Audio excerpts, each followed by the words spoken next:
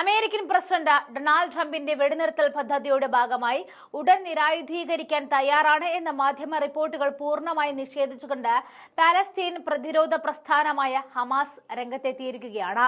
യുദ്ധത്തിന്റെ പശ്ചാത്തലത്തിൽ ഇസ്രയേലി ആക്രമണങ്ങളെ ചെറുക്കാനുള്ള തങ്ങളുടെ പ്രതിരോധ ശേഷി നിലനിർത്തും എന്ന ഉറച്ച സന്ദേശമാണ് ഹമാസ് അന്താരാഷ്ട്ര സമൂഹത്തിന് നൽകിയത്. അന്താരാഷ്ട്ര മേൽനോട്ടത്തിൽ തങ്ങളുടെ ആയുധശേഖരം പാലസ്തീൻ ഈജിപ്ഷ്യൻ സംഘടനകൾക്ക് കൈമാറാൻ ഹമാസ് സമ്മതിച്ചതായിട്ടും ഇത് അമേരിക്കയെ അറിയിച്ചതായിട്ടും അജ്ഞാത സ്രോതസ്സുകളെ ഉദ്ധരിച്ചുകൊണ്ട് ചില മാധ്യമങ്ങൾ നേരത്തെ തന്നെ റിപ്പോർട്ട് ചെയ്തതാണ്.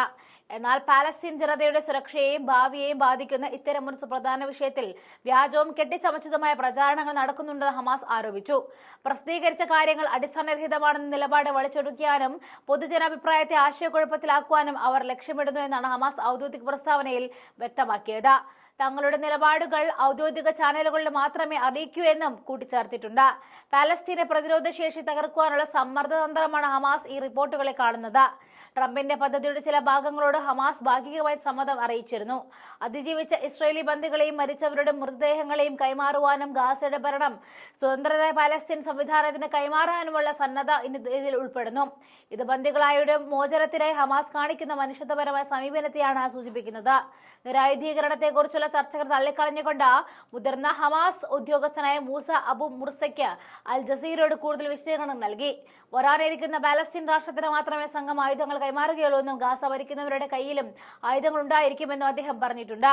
ഇത് ഇസ്രയേലിൽ നിന്നുമുള്ള ഭാവി ആക്രമണങ്ങളിൽ നിന്നും തങ്ങളെ തന്നെ സംരക്ഷിക്കാനുള്ള പാലസ്തീൻ ജനതയുടെ അവകാശം ഹമാസ് ഉയർത്തിപ്പിടിക്കുകയാണെന്നും അദ്ദേഹം വ്യക്തമാക്കി. പാലസ്തീനുകളുടെ ഈ പ്രതിരോധമാണ് തങ്ങളുടെ നിലനിൽപ്പിനും ഭാവി രാഷ്ട്രത്തിനും അനിവാര്യമെന്നും പൂർണ്ണമായ സൈനിക പിന്മാറ്റം ഉൾപ്പെടെയുള്ള ആവശ്യങ്ങളിൽ മാറ്റമില്ല എന്ന് ഹമാസ് സൂചിപ്പിക്കുന്നു. 2023 ഒക്ടോബർ 7 തെക്കൻ ഇസ്രയേൽ നടത്തിയ അപ്രതീക്ഷിത ഓപ്പറേഷനിൽ ഹമാസ് 250ഓളം പേരെ ബന്ദികളാക്കിയിരുന്നു. ഇതിന് പിന്നാലെയാണ് ഇസ്രയേൽ ആരംഭിച്ച സൈനിക നടപടി ഗാസ മുനമ്പിൽ അത്ഭുതപൂർണമായിട്ടുള്ള നാശമാണ് വിതച്ചത്. ഇസ്രയേൽ സൈന്യം നടത്തിയ കനത്ത കരസേന ആക്രമണങ്ങളും വ്യോമ ആക്രമണങ്ങളും ജലപീരങ്കി ആക്രമണങ്ങളും കാരണം ഏകദേശം 2 ദശലക്ഷം വരുന്ന ജനസംഖ്യയിൽ ഭൂരിഭാഗം കുടിയിറക്കപ്പെട്ടു. പ്രാദേശിക ആരോഗ്യ അധികൃതരുടെ കണക്കനുസരിച്ച് 68,000-ത്തിലധികം പേർ കൊല്ലപ്പെട്ടു. ഈ വലിയ മനുഷ്യ ദുരന്തത്തിന്റെ പശ്ചാത്തലത്തിൽ ഇസ്രയേൽ സൈന്യത്തിൽ നിന്നും ജനങ്ങളെ സംരക്ഷിക്കാനുള്ള പ്രതിരോധ ആയുധങ്ങൾ നിലനിർത്തേണ്ടത് ഹമാസിനെ സംബന്ധിച്ചിടത്തോളം അനിവാര്യമായ കാര്യമാണ്. നിരായുധീകരണമെന്ന ഇസ്രയേലിന്റെ പ്രധാന ആവശ്യം തള്ളിക്കളഞ്ഞുകൊണ്ട് ഹമാസ് സ്വീകരിച്ച ഈ നിലപാട് സമാധാന ചർച്ചകളെ വഴിമുട്ടിച്ചേക്കാം. എന്നാൽ സ്വന്തം ജനതയുടെ സുരക്ഷ ഉറപ്പാക്കുന്നതിൽ നിന്നും പിന്നോട്ട് പോകില്ല എന്ന പാലസ്തീൻ പ്രതിരോധ പ്രസ്ഥാനത്തിന്റെ ദൃഢനിശ്ചയം ഇത് വ്യക്തമാക്കുന്നു. ഗാസയിലെ ജനതയുടെ നിലനിൽപ്പിനായി അന്താരാഷ്ട്ര സമ്മർദ്ദങ്ങൾക്കിടയിലും പ്രതിരോധത്തിന്റെ പാതയിൽ ഉറച്ചു നിൽക്കാനുള്ള ഹമാസിന്റെ തീരുമാനം മേഖലയിൽ ഉടൻ സമാധാനം ഉണ്ടാകാനുള്ള സാധ്യതകളെയും മങ്ങലേൽപ്പിക്കുന്നു. പരമാധികാരമുള്ള ഒരു പാലസ്തീൻ രാഷ്ട്രം രൂപീകരിക്കുന്നവരെ പ്രതിരോധം തുടരും എന്ന ശക്തമായ സന്ദേശമാണ് അവർ നൽകുന്നത്.